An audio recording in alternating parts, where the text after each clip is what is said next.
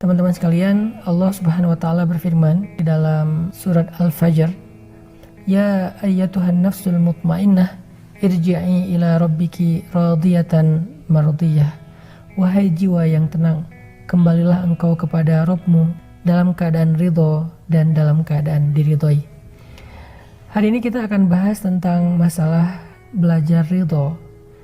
Mungkin di Indonesia orang jarang menggunakan kata ridho karena biasanya diganti dengan kata ikhlas. Padahal ikhlas itu lebih kepada urusan niat kita ketika beribadah.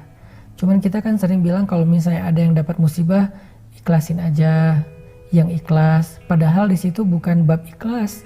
Kalau ibadah ya ikhlas, tapi kalau babnya ketentuan Allah dalam hidup kita atau takdir, maka yang lebih tepat istilahnya adalah ridho.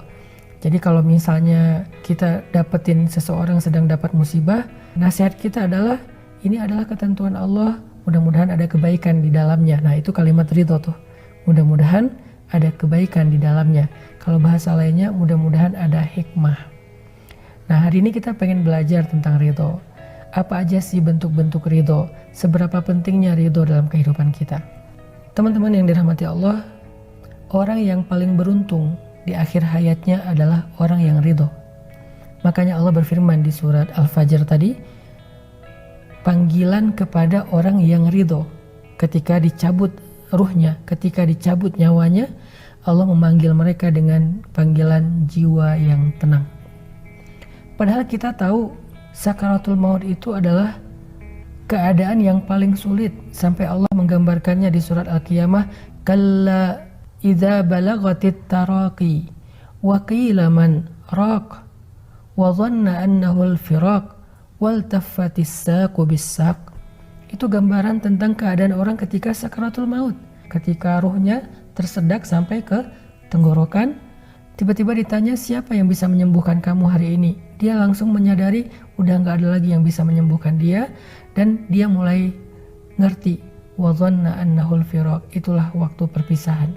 Dia hanya bisa menatap wajah keluarganya yang dia sayangi, dia cintai untuk terakhir kalinya, dan setelah itu dia akan meninggalkan mereka semuanya.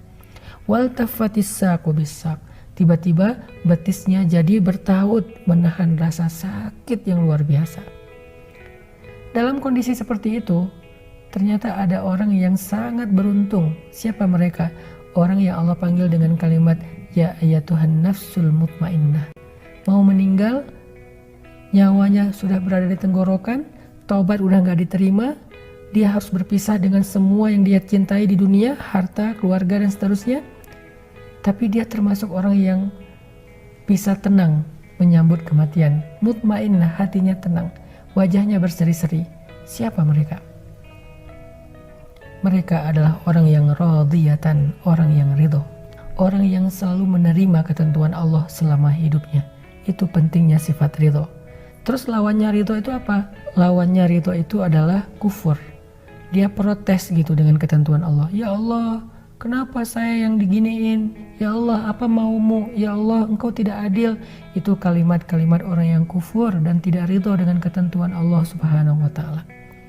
Memang ada yang kufur nikmat, tapi kalau ini bukan kufur nikmat, kufur takdir, kufur terhadap ketentuan Allah. Sehingga kalau dia menghabiskan usianya dengan protes, mempertanyakan ketentuan Allah, keputusan Allah, kehendak Allah, kenapa saya kayak gini, kenapa pasangan saya kayak gitu, kenapa hidup saya kayak gini, maka ketika akhir hayatnya, dia menjadi orang yang paling gelisah dan menjadi orang yang paling tersiksa saat sakaratul maut. Tidak tumakninah, tidak ya ayyatuhan nafsul mutmainnah. Jadi salah satu di antara keistimewaan ridho itu adalah melahirkan tumakninatul qalb, rasa tenang di hati kita. Kalau kita ridho dengan semua ketentuan Allah, hati kita itu akan merasa tenang dan bahagia.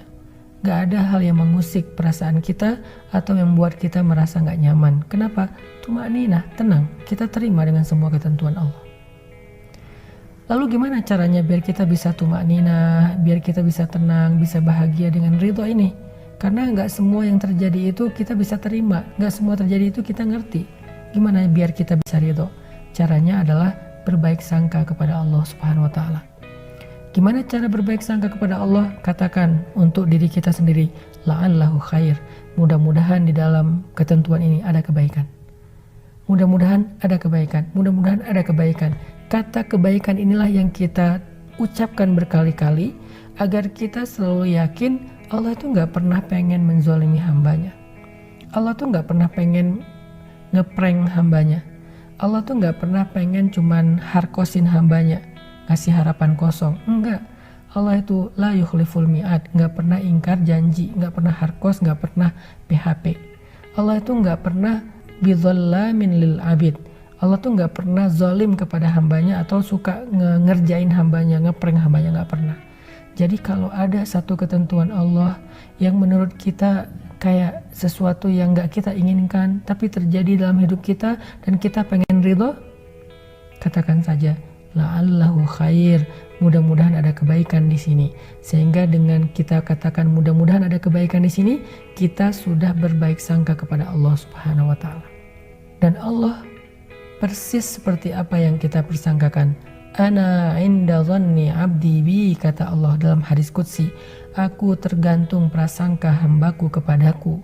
Kalau engkau berprasangka baik kepadaku, maka engkau mendapatkan apa yang engkau persangkakan. Itu cara ridho. Katakan la'allahu khair, mudah-mudahan ada kebaikan di sini. Baik terhadap satu ketentuan Allah, masalah takdir hidup, ataupun ridho terhadap satu perintah Allah. Kenapa Allah suruh kita beribadah puasa? Bilang aja la'allahu khair, mudah-mudahan ada kebaikan di dalam puasa, sehingga kita berpuasa dengan hati yang lapang. Kenapa saya punya orang tua kayak gini? Bilang aja la'allahu khair, mudah-mudahan ada kebaikan. Kenapa saya punya orang tua, mertua kayak gini? Sehingga kita bisa bahagia dengan keluarga kita. Kok saya dikasih pasangan kayak gini ya? Bilang aja la'allahu khair, mudah-mudahan pada pasangan saya itu ada kebaikan yang tidak ada di tempat yang lain.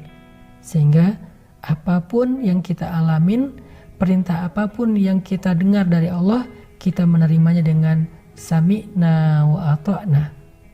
Saya mendengar, saya taat ya Allah. Kenapa? Saya tahu engkau tidak memerintahkan sesuatu kecuali ada kebaikan di dalamnya.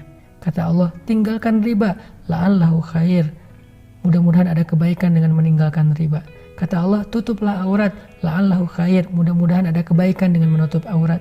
Kata Allah, makan sahur, la'allahu khair, mudah-mudahan ada keberkahan di dalam sahur. Kata Allah, buka puasa, walaupun kita belum lapar, buka puasa aja, makan, mudah-mudahan ada kebaikan di dalam berbuka. Kata Allah, tarawih, ya udah saya tarawih, mudah-mudahan ada kebaikan dalam sholat malam. Kata Allah, maafkan saudaramu, ya kita maafin, mudah-mudahan ada kebaikan dalam memaafkan. Dan semua perintah dan larangan Allah kita terima dengan ridho, karena kita percaya la'allahu khair, ada kebaikan dalam ketentuan Allah. Itu cara ridho. Mudah-mudahan Ramadan ini kita benar-benar bisa belajar ridho, nerimo kalau kata orang Jawa. Apapun ketentuan Allah dalam hidup kita, apapun perintah dan larangan Allah dalam syariat kita, kita terima aja. Kenapa kita terima? 1, supaya hati kita tenang, gak banyak protes. 2, karena kita percaya Allah gak nyuruh sesuatu kecuali di dalamnya ada kebaikan. Allah gak ngelarang sesuatu kecuali di dalamnya ada keburukan. Allah gak memberikan satu takdir kecuali melalui takdir itu ada kebaikan yang besar bagi kita. Fa inna ma'al usri yusra, inna ma'al usri yusra. Bersama dengan keburukan ada kebaikan, bersama dengan kesusahan ada kemudahan. Barakallah.